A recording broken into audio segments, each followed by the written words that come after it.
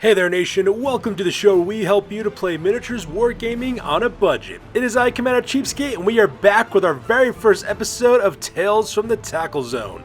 This is a series of Blood Bowl battle reports, and this is battle report number 1 that is played between myself as well as my buddy King Khalifa.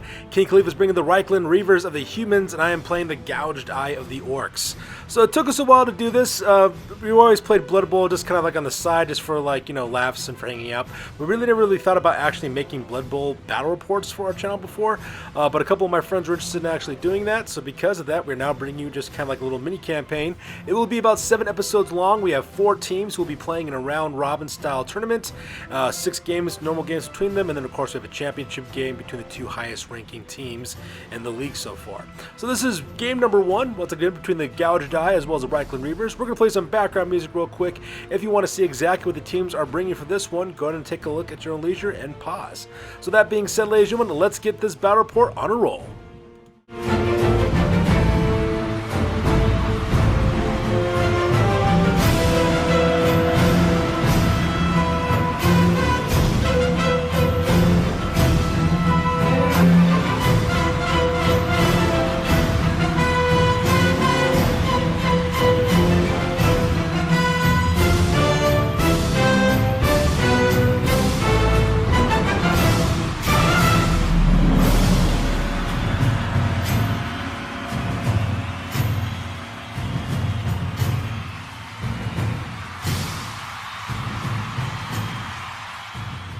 And here we are, and welcome to the Blood Bowl pitch. As you can see here, we actually have a stadium. In case you're unfamiliar with how the game works, you basically have 2 halves in the game. Each half consists of 8 turns each half, and the goal is, of course, earn the most touchdowns by the end of the game. And as you can see here, it is a beautiful day for Blood Bowl. We got team members from both the Orcs as well as from the humans, and their fans have decided to follow out with them. As you can see, the Orcs are kind of coasted out on the near side of the table, while the human fans are on the far side of the table as well. So that being said, let's go and talk about the game real quick. Alright, so that takes over to the top of the battle plan. As you can see on the top, I've decided to kick off for the very first time for the first half of the game. I decided to elect to kick off so that way I can receive on the second half of the game, which is kind of important to me as well. As you can see, the Gouged Eye on the right-hand side of the field of scrimmage, while the Reikland Reavers are looking on the left-hand side. As you can see as well, we decided to put a lot of terrain inside the board to make it look more interesting. We got terrain set up to make it look like we're in the middle of a stadium. We have Empire fans up on the top there, right next to that wall. They're kind of scattered about so that way they can watch the game, and they're also right next to the beer hut. And since the Reikland Reavers are hosting this game, we're playing on the human pitch. And right in the bottom right-hand corner, we have the Orcs. You can see there a huge mob of savage Orcs are located there. If you're wondering why there's spikes on their palisade pointing towards them, it's because Orcs have a really bad habit of charging the field and fighting people. So that's why they're kind of hemmed in. They don't have much in terms of having refreshments, unlike the humans who have a tavern in the upper left-hand corner. The Orcs are relegated to having a pond for water, as well as some bushes to use the facilities. And that pretty much makes up the terrain on this one. So with the terrain over with, let's go and talk about the top of turn number 1 for the Reikland Reavers. So the Gouged Eye punt the football all the way across the fan, and they end up getting a cheering fans result for the kickoff table, which means that the Reikland Reavers now get +1 to their rerolls for this half of the game. So a very, very powerful kickoff result for the Reikland Reavers. It also lands us a couple of spots right behind one of their players. That's player number 9 as well.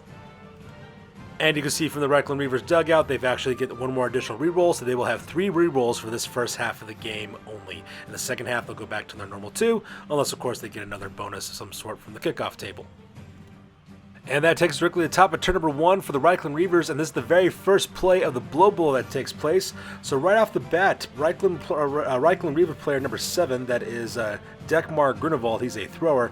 He basically runs up and picks up the ball and manages to kind of run the ball forward a little bit as well, trying to scoot over to the top of the screen in order to kind of flank around the players of the Gouged Eye.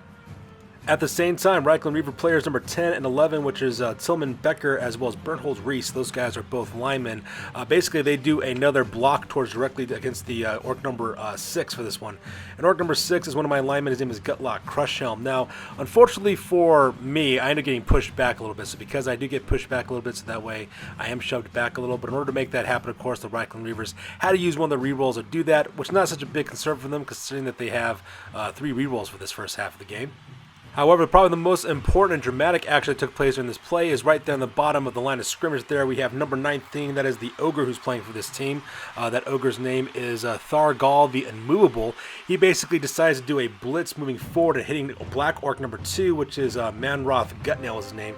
He's my Black Orc blocker. Not only does he manage to hit that guy and knock him down, he also manages to penetrate the armor, and at the same time gets a kill result right off the bat, killing one of my Black Orc blockers right in the opening game of Blood Bowl, which kind of sets the tone for the entire game, knowing that exactly that any one of your players can die at any moment, especially if it's the first time that you're playing for keeps on this one. So that part was pretty epic. So here's a close-up of the top of the screen where the main drive is located. As you can see, the Reikland Reavers have kind of like this gauntlet formation moving along the wide zone, turning towards the touchdown area, so that way they can kind of get their first goal at the same time. And here's a close-up of Thargal the Immovable, who managed to get a kill off my Black Orc blocker and managed to crush his skull right beneath his boot. So that part was pretty epic as well. And with all the movement already much done with, that pretty much ends the first play for the Reikland Reavers. We jump across the table to the Gouged Eye. So we go directly across the table to Gouged Eye for the turn number 1, and this time I decided to do some dramatic movement in order to try to stop the Reikland Reavers from actually getting any scores off. The first thing I basically do is I basically throw a block with my troll, that his name is Toofgut Bonk Smasher. He goes directly into team number 5 of the Reikland Reavers. His name is Lanric Mackhold, who's a lineman. Managed to put a stun injury on that guy, so that part was pretty cool. I then activate Gutlock Crush Helm, which is basically one of my linemen. He gets back on his feet, and once again he throws a block directly into number 10, Tillman Becker, the lineman. Manages to push him through as well, and I also do a follow-through real quick so that way I can start engaging those players.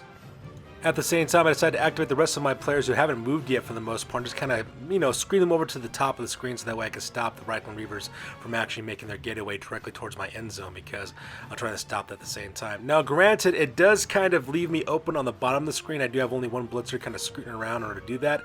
But at the same time, though, I am kind of liking my odds because I am putting a lot of pressure onto his defensive line up in the top. So I pretty much just kind of continue on with my plan for the most part. And for my last action, I do try to flank a little bit with player number 9, which is Crumb Grub Ripsnort, which is one of my blitzers. He actually tried to flakes around, but unfortunately for him, though, he fails to dodge number 11, Bernhold Rice, which is another lineman from their team. So because of that, just pretty much ends my drive for the most part, as I just get knocked down.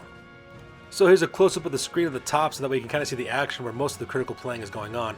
As you can see right on the left-hand side, that is Abelhard Frua. He's the thrower. That's player number 1. At the same time, I'm trying to get through the pocket in order to smash through him. Now, my player number 11, which is my lineman Muckdragon the Orrible, he's actually right in his tackle zone. So because of that, I could try to do some interference if he just try to throw it. So that part is kind of nice at the same time. Plus, I also knocked down number 5 as well, player number 5, which is Lanric Mackhold, his lineman, which is pretty cool as well. Kind of opens up the pocket for me to go in there and try to take out his thrower. And at the top of the screen there, you can see number 9, which is Crumb Grub Ripsnort, my blitzer, who basically failed his dodge roll, and that pretty much ended my drive on this one. Alright, so that takes us directly to the Reikland Reavers turn number 2. So right off the bat, player number 9, Gilbert Gottgraf, blitzes over to Orc number 12, Black Rogant, actually knocks him down and kind of follows through as quickly as he possibly can as well. By the next activation, player number 5, Lanric Mackhold, who's also a lineman, blocks Orcs player number 11, Dragon the Horrible, pushing him and also falling through as well. King Cleaver then activates player number 7, Dekmar Grunewald, his thrower, who then does a short pass on number 2, who is Conrad Frolich, who is actually a catcher, and he managed to catch as well, earning himself a star point for both the thrower as well as for the catcher, one for a complete pass and the one managing to catch it as well. For the rest of the Reikland Reavers, they move up and travel across the pitch as quick as they can, trying to defend their players at the same time, trying to take out as many orcs as they can. For the very last of the actions, though, number 12, Landfreight Kramer actually tries to dodge orc number 6, which is Gutlock Crush Helm is his name, and unfortunately for that, he fails that. So because of that, he stumbles and is knocked down, and that pretty much ends the play for turn number 2 for the Reikland Reavers. And there's a close-up of that very dramatic pass that was thrown by Dekmar Grunewald directly to Conrad Frolich. And just like that, he catches the ball, and they're starting to make their way across the battlefield, up the drive to the pitch, over to the end zone. Alright, so that takes directly to Gouged Eye turn number 2, and unfortunately, Orc number 1, Snep Ripper Face Beater, blocks Proto-Human number 2, Conrad Frolich, but fails in the attempt to do that, and is knocked down, and because of that, my character just doesn't make it. I do try to use it one of my rerolls in order to make sure I get an opposite reaction from that, but unfortunately, I failed it, so just like that, my thrower goes face down on the ground, and I was able to do much of anything. And here's a close of my blitzer who just managed to fail even though he was going after a catcher who has a very weak armor value as well as weak strength, but unfortunately for me, the dice were just not in my favor and I go crashing down. Because let's face it, this is Blood Bowl and nothing ever really goes according to plan when you're playing Blood Bowl. It's just too much of a random fun game. Alright, so that being said, we go over to Reikland Reavers turn number 3, and on this one real quick, as you can see here, number 13, which is Thraggal the Immovable. He's the Orc. He decides to blitz forward towards Orc number 4, whose name is Face Gull Badaxe. Managed to knock him down as well as follow through as well. At the same time, player number 8, who is Madrid Hofer is his name, he runs and goes forward twice, actually earning the humans their very first touchdown as he crosses down into the red end zone, scoring his team a point. So here's a close-up of Thraggal the Immovable, basically smashing that orc in the face and actually knocking him down, which allowed the window of opportunity for Conrad Fullerk to move across the battlefield as quick as he can. And just like ladies and gentlemen, we get a touchdown for the Reikland Reavers, with Madrid Hofer actually earning it a point, and at the same time earning himself a star player point as well. Alright, so with the first touchdown over with, we go directly to the top of turn number 3 for the Gouged Eye, and this time I'll be receiving the ball. And as you can see in this picture, I basically just kind of set up a kind of typical formation you usually see in Blood Bowl. I got two linemen, I got a lineman as well as one of my black orc blockers, as well as my troll on the main line of scrimmage right there in the middle of the battlefield as well. On the wide zones, I have blitzers as well as linemen deployed in both of those wide zones. I got a couple of linemen between my thrower as well as my main line of scrimmage, so that way any one of those guys can quickly intercept the ball if it should bounce any kind of direction. And that's pretty much the deployment I'm going with this one. At the same time that is occurring, I also substitute Orc player number 10. His name is Bloodgob Killispleen. He's one of my linemen. He comes in from the dugout to sub in for Black Orc number 2, Manroth Gutnail, because my Black Orc blocker got killed in the previous drive. So because of that, Bloodgob Killispleen will be taking his place. So that being said, we kick off the ball and we go through to the kickoff table to see exactly what the result ends up being. And the kickoff result ends up being an 11, which means a Throck is thrown randomly at one of our players. Both King Khalifa and I roll off for our fame to see exactly who ends up winning. I managed to get the win on this one, so because that human player number 5, his name is Landrick Mackholt, he is actually badly hurt from having a rock thrown directly into his head. So because of that, he just kind of goes down for the most part, which is actually kind of tragic, all things considering. And there's a close-up of Manrick just getting hit right in the head from a rock. So he goes crashing down. He does get knocked out, so because of that, he ends up going directly into the knockout box until eventually he comes back from it. And he'll have to roll off to see if he comes back or not. So with that, we go directly to the very first play of my turn number 3. So first of all, I activate number 1. That's a Snep Ripper Facebeater. He's my thrower. He moves up and he actually picks the ball as well. Manages to secure both of his initiative checks in order to do that. At the same time, Toothgut Bonk Smasher, my Troll, decides to block number 12, who's the rival player across on the other side. Also manages to give a knockout for him as well, which is actually pretty cool. At the same time, my Orc player number 9, Crumb Grub Ripsnort, who's one of my blitzers, I activate him next. He's the blitzer with the little purple mohawk. He actually blitzes into number 11, which is Berthold Reese, and actually manages to put him back as well, which kind of opens up the top of the playing field for my forces to kind of move in. I'm going to try to maneuver my team over to the left-hand side of the top of the screen and try to go through that wide zone, so that way I can make it all the way to the end zone and actually score myself a touchdown. And for my very last activation, I activate team player number 8, which is Ugreg the Slaughter. He also blocks human blocker number 10, Tillman Becker, but unfortunately for me, though, both those guys both get knocked down as a result, and they both go crashing down, as you can kind of see right there in the middle of the battlefield. And that pretty much makes up my turn for turn number 3. Here's a close-up of my thrower getting ready to move the drive up to the top of the screen by going along the wide zone there, and at the same time he's also being supported by 3 linemen just to make sure that he's protected and doesn't get tackled too quickly. And at the same time, here's a close-up of the little line of scrimmage that's taking place in the middle there, with my troll knocking out one of the players, as well as my player, as well as one of the Reikland Reavers getting knocked out as well, which ends the drive on that part. So with that, we move on to Reikland Reavers turn number 4. So because of that, the Reikland Reavers go next.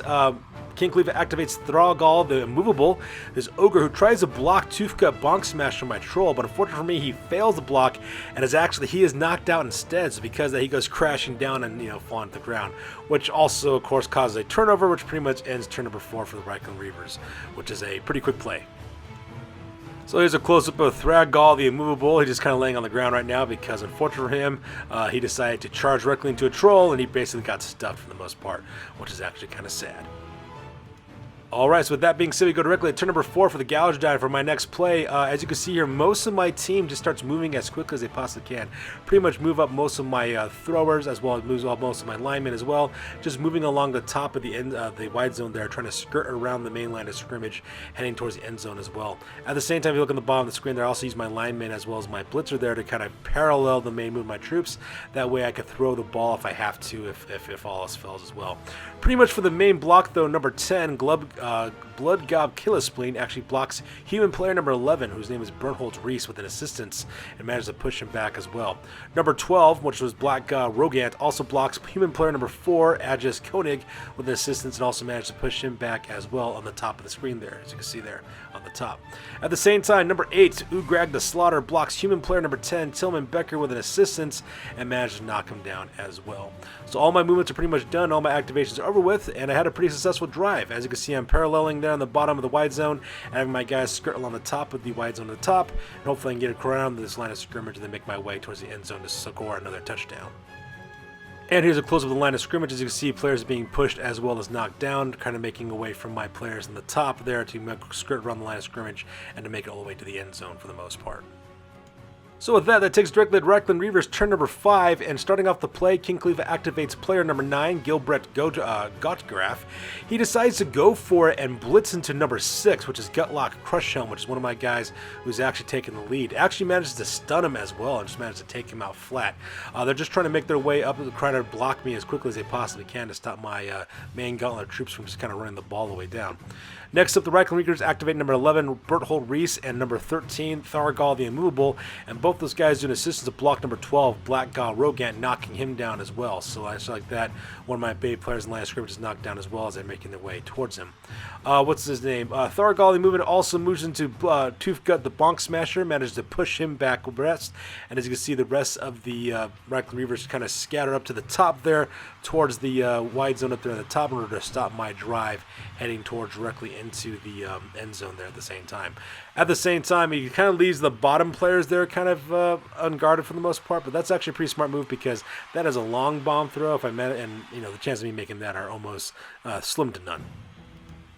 So you can see in this photo here is a close-up of everything that's kind of going on. You can see right there that the blitzer actually went for it and actually took out one of my linemen, sneaking up right behind my thrower, which is a really bad spot for him to be in, for me anyways, because if I try to throw a ball, he can actually cause some interference, which could cause me to fumble the ball and not be able to make a complete pass as well. So pretty good move for him. At the same time, you see that King Khalifa's kind of gone with this fish hook kind of pattern, kind of stopping my drive along the wide zones, so that way I can't skirt around his forces and make it to the end zone, which is actually a pretty good call, all things considered. Alright, so with that being said, we go to Gouged Eye, turn number 5, and the very first activation is player number 12, which is Black Rogant. I actually have him throw a block into number 4, which is Aegis Koenig, managed to knock him down as well. So that part was kind of nice, that way it kind of frees up some movement for my troops to kind of move around at the same time. At the same time, player number 11, MacDragon the Horrible, blitzes into number 7, which is Dekmar Grunewald, who is one of the throwers, and I managed to push him back a little bit, which is kind of nice as well, kind of giving my team some breathing space, opening up a nice little gap right there in the middle of the play zone so that way I can kind of run through. At the same time, number 5, Ugrad Gormless blocks number 9, Gilbreth Gottgraf, in order to make sure that area is kind of secure for anybody who kind of goes through. At the same time, I then also have player number 1, Snip Ripper Facebeater, my thrower. He does a successful short pass directly into Krumgrol Ripsnort, which is one of my blitzers. That's the blitzer with the purple mohawk, as you can see right there in the bottom right-hand corner. At the same time, my blitzer decides to go for it as well twice, actually moving an incredible distance all the way from my thrower through that gap right in the middle of the lines, directly towards the bottom wide zone, so that way he can go out and try to get into try to get to the end zone as well. At the same time, he's also protected by a lineman as well as a blitzer to make sure that those guys can kind of protect his back, so that way he doesn't get intercepted before he makes his touchdown. And while at the same time that's going on, Toothgut Bonk Smasher, as well as player number 8, which is Ugrag the Slaughter, block Thargal the Immovable, and both get it knocked down, unfortunately. So because of that, that pretty much ends my drive for the most part. So here's the pileup that took place right there in the middle of the battlefield, which pretty much kind of knocks down players. So that part is kind of nice, and also kind of ended my drive for the most part. And here's a close-up for player number 9, Grumkrub Ripsnort, which is my blitzer. As you can see here, he just kind of skirts right through the line that was caused right in the center of the play, and he's making his way towards the wide zone, so that way he can make it all the way to the Reikland Reavers end zone to make himself having a touchdown. So that part was pretty cool as well. So with that being said, we go directly to Reikland Reavers turn number 6 real quick, and they just kind of come back with a vengeance. They just kind of scramble around and try to stop me as best they can. First thing that ended up happening is that King Khalifa activates player number 3, which is Andre Gafvig. He's just actually a normal lineman, if I remember correctly. He tries a blitz into number 9, which is Crumb Grub Gripsnort, which is the player that's carrying the football. Sorry, Andre Gafvig, I'm sorry, he's a blitzer as well. I do apologize. So it's a blitzer attacking another blitzer. Now, when we both rolled to see exactly what the result ended up being, it actually ended that both of them got knocked down was the result, but because both those guys have the block skill, they managed to survive that one. So for the most part, nothing just happens. They just kind of stare at each other for the most part as well. And as you can see, for most of it though, it's just the rest of the Reikland Reavers moving as quick as they can, skirting up from the top of the playing field from the pitch all the way down to the end zone, trying to block me as best they can, trying to prevent Crumb Grub Ripsnor from actually making it all the way to the end zone. And once again, that is the blitzer with the purple hair for the Orc team, who's actually got the ball at this point. Probably the most dramatic movement after that was Thargal, the immovable. He gets up to try to block Toothgut Bonk Smasher, but unfortunately for him, both of those guys get knocked down, so because of that, pretty much ends the play for the Reikland Reavers for turn number 6. So here's a close-up of the play action between the troll as well as the ogre, and if you want to know what happens when an unstoppable force meets an immovable object, they both smash each other in the face, and they both get knocked down for the most part. And once again, here's a close-up of the two blitzers. What's his name? Gaffold is his name. Not Gaffold. Andre, there we go. Gavvig, that's his name. Him trying to blitz directly into Crumb Grub Ripsnort. But luckily for us, we both have the block skills, so nothing much happened there. And as you can see here, the rest of the players are trying to swoop in down from the south to kind of stop me from actually making my drive. Alright, so that takes directly to the Gouged Eye turn number 6, and for the most part, the only thing I really did is I activated my blitzer, Crumb Grub Ripsnort, who actually makes 2 go-for-it actions to get the ball all the way across the battlefield and directly into the end zone. And just like that, ladies and gentlemen, I managed to get a touchdown for yours truly, which is pretty epic, and the crowd goes wild. Alright, which takes us directly to the top of turn number 7 for the Reikland Reavers, and once again the Reikland Reavers get set up in order to accept the kickoff. As you can see from my deployment, I just pretty much put my heavy hitters, once again my linemen and my black Orc blocker, as well as my troll in the middle of the playing field. As you can see in the flanks, I'm just going with the same format that worked so well for me for the most part. I have blitzers in the wide zones with one of my black Orc blockers being in the bottom end zone there, as you can wide zone there. At the same time, I have 4 linemen kind of making this kind of semi-circle horseshoe-shaped defense line right next to my football play from my thrower. This way, if anybody gets to my line of scrimmage, I do have linemen that can intercept as well. At the same time, I do have blitzers that can try to pick up the ball, try to blitz and cause a fumble, or if all else fails, also act as wide receivers to catch the ball from my thrower if all else fails. And that's pretty much kind of like the same kind of tactic I'm kind of sticking with for most of the game. So with that being said, we go directly to the kickoff. Ends up being a high kick, so because of that, the thrower for the team actually managed to catch the ball perfectly just right next to the middle of the wide zone, which is actually pretty good for him as well. So because of that, he will be able to throw the ball, which is pretty deadly because the Reikland Reavers actually have a pretty decent passing game for the most part. I forgot to mention as well that number 12 player, Lanford Kramer, is still knocked out, so because of that, player number 6, Max Herzog, who's actually one of the linemen, goes and replaces him. At the same time when this is occurring, player number 3, Andre Gafvig, actually blitzes into my blitzer number 3, Grubruck Gutwrencher, and he actually gets knocked down at the same time, pretty much ending the drive for this turn.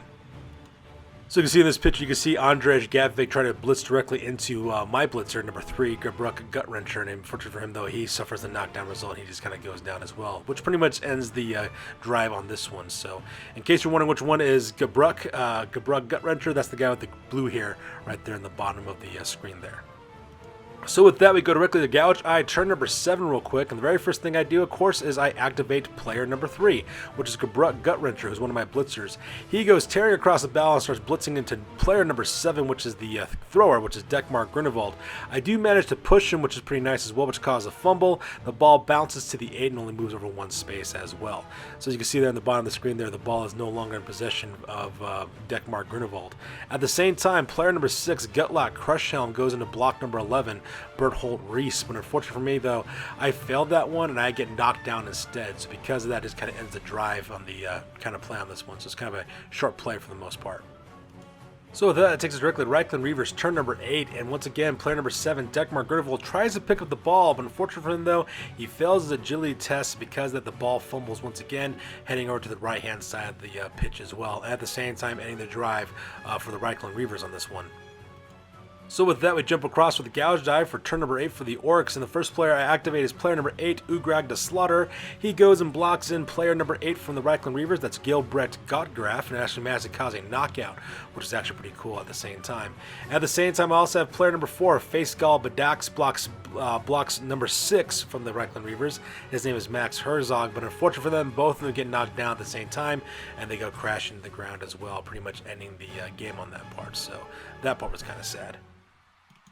And so that takes us directly to the bottom of the page there. You can see how Reikland ended up knocking out Gilbert Gottgraf right there on the bottom of the screen. He's the catcher from the Reikland Reavers.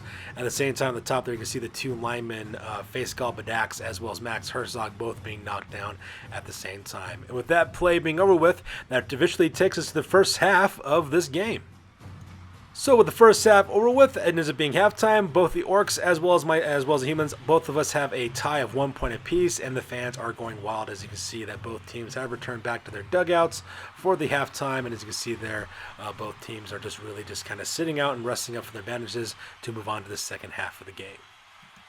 Alright, so that takes us directly to the second half of the game, and this time the Orcs of the Gouged Eye, my team will be receiving the kick on this one.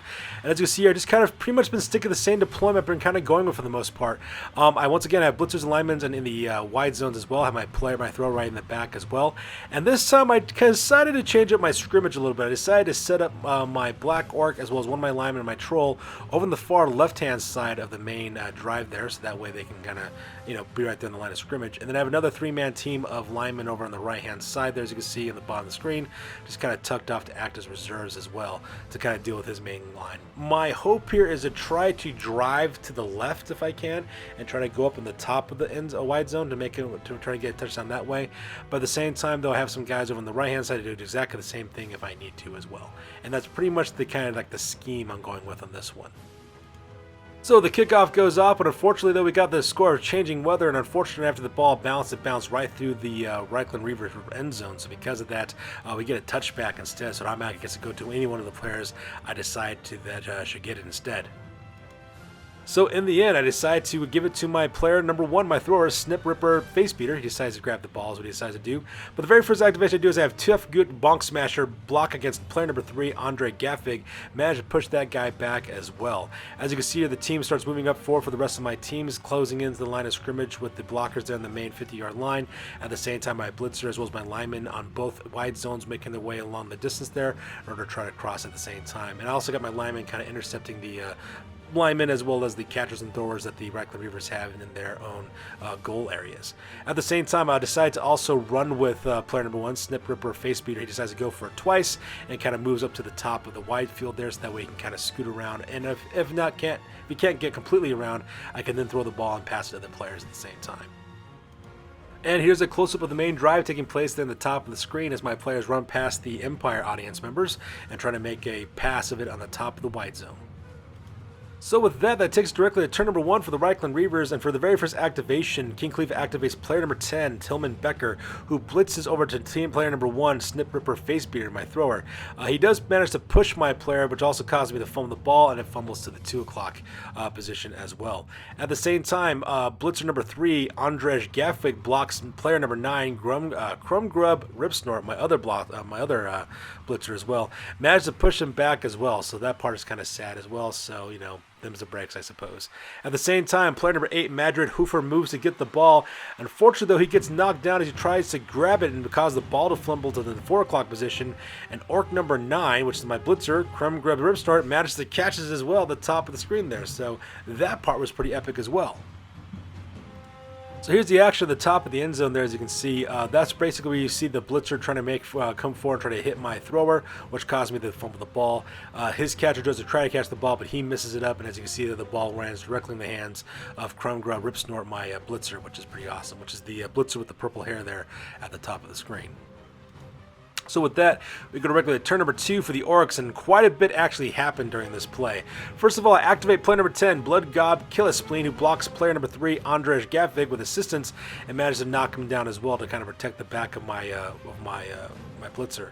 At the same time, Toothcut Bonk Smasher blitzes player number 4 as well. Aegis Koenig manages to push him, and I use a reroll in order to make that score go off. And the reason why I'm doing that is, once again, I'm trying to clear a path for my blitzer to kind of weave through the lines and make his way directly toward the end zone. At the same time, number 9, Crumgrub Ripsnort, my blitzer, he decides to run and go for it. And as you can see there, he gets a really long run along the edge of the playing field near the boundary, making his way to the end zone. I then activate number 8, Grab the Slaughter, who makes and as well as player number 11, Muck Dragon, the Orable, who do a group block against number 12, Landfree Kramer. At the same time, player number 3, Grubrug Gut Wrencher, and number 5, Ugrud Gormless, block Thargal the Immovable as well, so that way they can knock him down over as well, so that way their line of scrimmage is kind of, opened up at the same time. Player number 12, Black Gal Rogant, blocks player number 6, Max Herzog, and manages to stun him, which is pretty awesome as well, so he goes face down into the pitch. At the same time, player number 4, Face Skull Badax, blocks into player number 11, Bernholt Reese, and manages to push him. Number 6, Gutlock Crush Helm, blocks player number 4, Aegis Koenig, and manages to push him as well. At the same time, player number 1, Snip Ripper Facebeard, tries to dodge the blitzer to the 6 o'clock position, but unfortunately for me, though, I fail my dodge, and because of that, he gets knocked down, which pretty much ends the play on this one. So here's a close-up of the plays of the wide zone here at the very top of the screen there, which kind of opened the pathway for my blitzer to kind of run through and try to make his way directly to the end zone. And you can see my thrower, who basically got tripped up trying to dodge, and pretty much ends the drive on this round. At the same time, you can kind of see the melee taking place in the line of scrimmage as well, knocking over defenders and making my way towards the bottom there to kind of tie up his players from actually going through. At the same time, you see exactly the same thing with my troll as well as my black orc blocker doing exactly the same thing to his players there and to his infield. And at the same time, here's a close-up of Crumgrub Snortrip, my blitzer, who's making his way to the end zone to score himself another touchdown. Which takes us to turn number 2 for the Reikland Reavers, and the first thing that ends up happening is that King Cleave activates player number 1, Abelhard Frua, which is his thrower. He blitzes into player number 9, Crumgrub's Ripsnort, but unfortunately, though, he is knocked down instead, and my blitzer is perfectly fine. And because that happens, that pretty much ends the play for the humans for turn number 2. And here's a close-up of his thrower, who tries to actually stop my blitzer, but unfortunately for him, though, he ended up getting with a knockdown result instead, so because of that, he is currently out, which pretty much ends the play for this one. Which takes us directly to play number 3 for the Gouged Eye on this one, and for the most part, everybody stays the same, and the reason why is because Crumgrub Ripsnort once again makes it all the way to the end zone and manages to score a touchdown. As you see, ladies and gentlemen, manages to score a second touchdown for the Gouged Eye, giving me a 2-1 lead over the Reikland Reavers for the end of the second half, which is actually pretty awesome, all things considered. Alright, so that takes us directly to the top of turn number 3 for the Reikland Reavers, and once again, the Reikland Reavers are prepared to receive the kickoff on this one. They'll be receiving the ball this time around. And as you can see here, I just kind of go with the same wide formation I've been using for most of the game that's been kind of benefiting me at the same time. And you can see in this picture here, King Khalifa kind of mirrors my own kind of deployment as well. For the most part, he decides to put his ogre and one of his linemen over to the far right, as well as one of his linemen to the far bottom of the screen as well.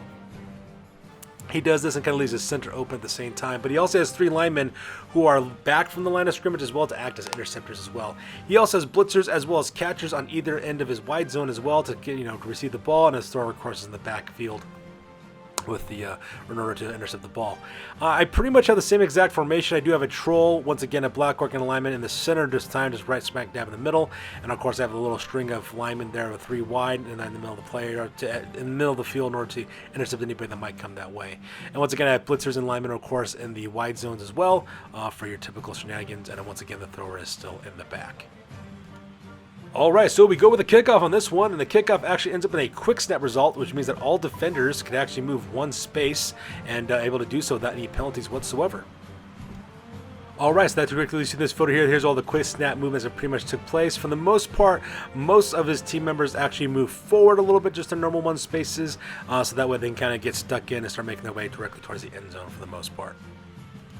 Alright, so with that being said, we decided to activate, King Cleaver decides to activate player number 1, Abelhard Freud, which is one of his throwers. He actually run over and grab the ball, and with that, after he gets to that ball, manages to get to the position, he decides to pass the ball all the way to player number 8, which is Madrid Hofer, in order to make that pass, kind of make it happen. Not only did he throw that ball, but he also managed to make it by using a reroll in order to make that pass. However, the problem that ended up happening is that Madrid Hofer fumbles the ball, and because of that, the ball kind of fumbles over to the 6 o'clock position and just kind of skips out of his hands and runs right down the middle of the battlefield as well. So that part was kind of sad. So you can see here in the bottom end wide zone here, the ball is kind of landed right next to the catcher because unfortunately he fumbled the ball by dropping it. So that part was pretty disheartening for my buddy King Khalifa.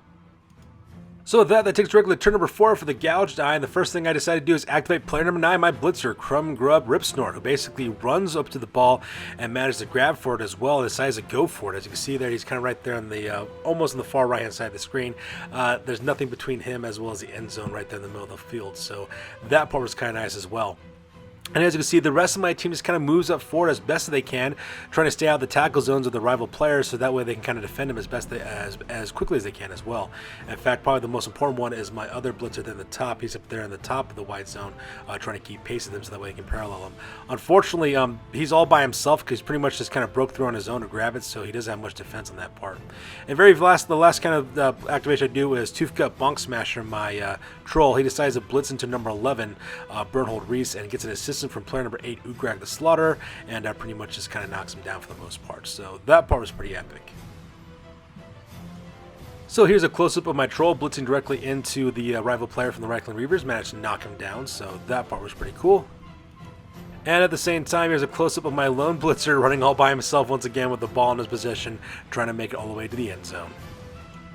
So with that, we go directly to the Reikland Reavers for turn number 4 for their actions. And for turn number 4, once again, the humans decide to activate player number 1, which is Abelhard Fro, which is one of his catchers. He actually blitzes into number 9, Crumb Grub Ripsnort. And not only does he manage to hit him, he actually manages to knock him down as well, which is actually kind of cool for the first time. That gamble kind of worked out for him for the most part. Not only does he knock down my blitzer, but I also fumbled the ball as well to the 2 o'clock position, so it just kind of scatters there at the end.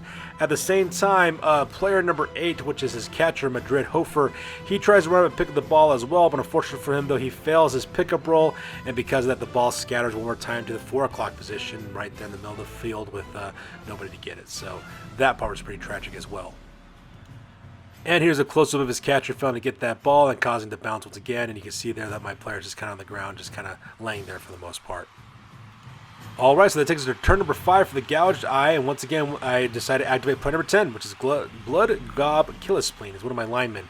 He decides to put a blitz into team player number 8, Madrid Hofer, which is actually the catcher. Managed to blitz that guy, managed to stun him as well, pushing him back a spot as well. I decide not to follow through, and the reason why is because I use that as a window of opportunity for player number 9, Crumb Grub Ripsnort, to get back on his feet again to grab the ball, and once again he runs and goes for it and makes it all the way to the end zone, earning himself another touchdown. And just like that, ladies and gentlemen, we get a number 3 touchdown for the Gouged Eye. So right now we're 3-1 against the Reikland Reavers. So things are going pretty well for my team at this point. Alright, so that takes directly to the top of turn number 5 for the Reikland Reavers. And as you can see, the Reikland Reavers are once again preparing to receive the kickoff. I'll be kicking it to them since I scored a touchdown my last turn. As you can see from my deployment, it's exactly the same similar deployment you're seeing all game. 3 guys in line of scrimmage, blitzers, as well as linemen on the flanks, as well as another line of linemen to kind of act as interceptors in the back ranks as well. And for the most part, my buddy King Cleve is kind of mirroring my same kind of deployment for the most part. So with that being said, we go directly to the kickoff, and we knock the ball directly into the air.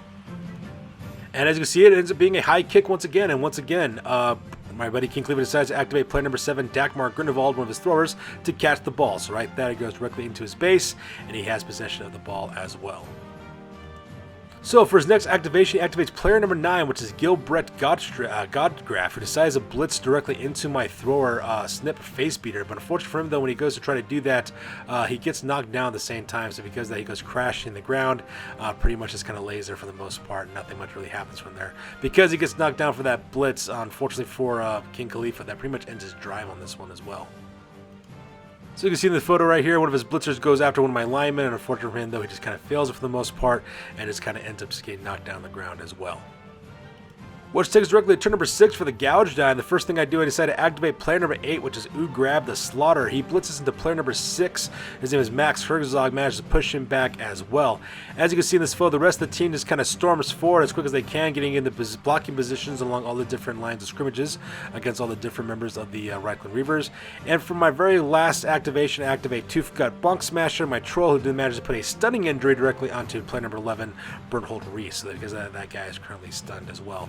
Wasn't able to break through for the most part, but that's okay though, because I have a pretty solid defensive line against the Reikland Reavers.